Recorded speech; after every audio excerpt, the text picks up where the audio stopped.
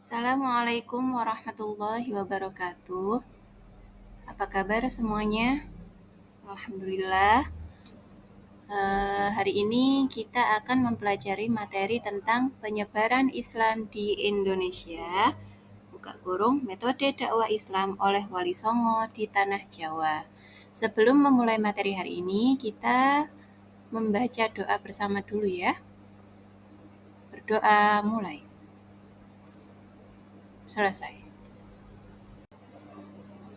Nah, dalam materi ini kita mempunyai dua tujuan pembelajaran. Tujuan yang pertama yaitu menyebutkan dakwah Islam periode pra-Wali Songo. Yang kedua, menjelaskan sejarah dakwah Islam pada masa Wali Songo. Kondisi masyarakat Indonesia sebelum Islam datang mempunyai sistem kepercayaan masing-masing. Antara lain, 1. Animisme. Mempercayai setiap benda di bumi pada kawasan tertentu mempunyai roh atau jiwa yang harus dihormati seperti gua, pohon, dan batu besar. Yang kedua, dinamisme. Keyakinan terhadap kekuatan yang berada di dalam suatu benda dan mampu memberi manfaat dan mara bahaya seperti keris, batu akik, dan lain sebagainya. Pada periode Hindu-Buddha, diperkirakan hadir sekitar abad 3 Masehi, kebudayaan Hindu lekat dengan kasta dan Buddha menekan pada moral untuk menuju nirwana.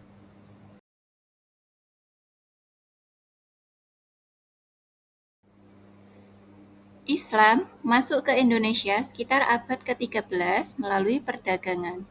Ulama memainkan peran penting dalam menyebarkan Islam di Nusantara dengan membawa ajaran agama, membangun masjid, dan mendidik masyarakat. Kehadiran mereka membentuk budaya dan kehidupan masyarakat Indonesia menjadi lebih Islami.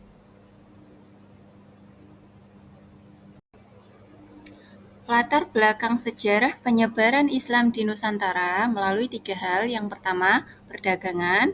Yang kedua, peran Wali Songo. Yang ketiga, penerimaan dari masyarakat. Tokoh ulama penyebar agama Islam yang berpengaruh di Indonesia. Yang pertama, Wali Songo.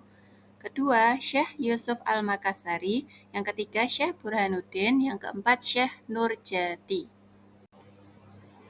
Nama-nama Wali Songo yang pertama Sunan Gresik, Maulana Malik Ibrahim, Sunan Ampel atau Raden Rahmat, Sunan Bonang Raden Maulana Makdum Ibrahim, Sunan Giri Muhammad Ainul Yakin, Sunan Kudus Ja'far Sodik, Sunan Kalijogo Raden Said, Sunan Muria Raden Umar Said, Sunan Derajat Raden Qasim Syarifuddin, dan Sunan Gunung Jati Syarif Hidayatullah.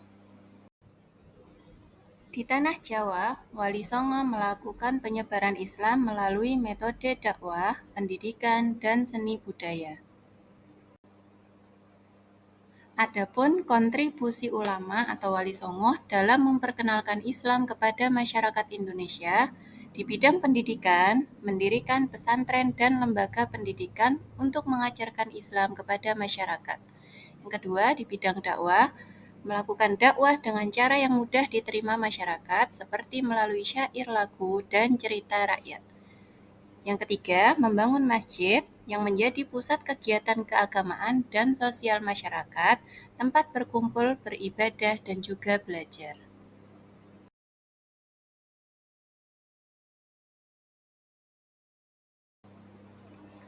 Apa sih pengaruh ajaran Islam dalam membentuk kebudayaan di Nusantara?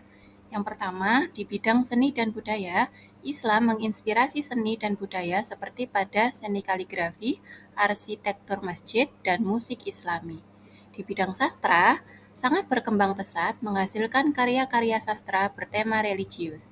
Di bidang tradisi dan upacara, Islam berakulturasi dengan tradisi dan upacara lokal menghasilkan tradisi Islam yang unik. Adapun peran strategis ulama dalam menjaga keberlangsungan Islam di Indonesia antara lain dalam pendidikan Islam, ulama terus berperan dalam mengembangkan pendidikan Islam untuk melahirkan generasi penerus yang berakhlak mulia. Dalam pemberdayaan masyarakat, ulama mendorong masyarakat untuk aktif berpartisipasi dalam pembangunan dan memajukan kehidupan beragama.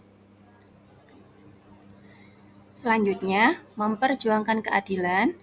Dan yang terakhir, menjaga perdamaian. Ulama terus mengajarkan pentingnya toleransi dan perdamaian antar umat beragama.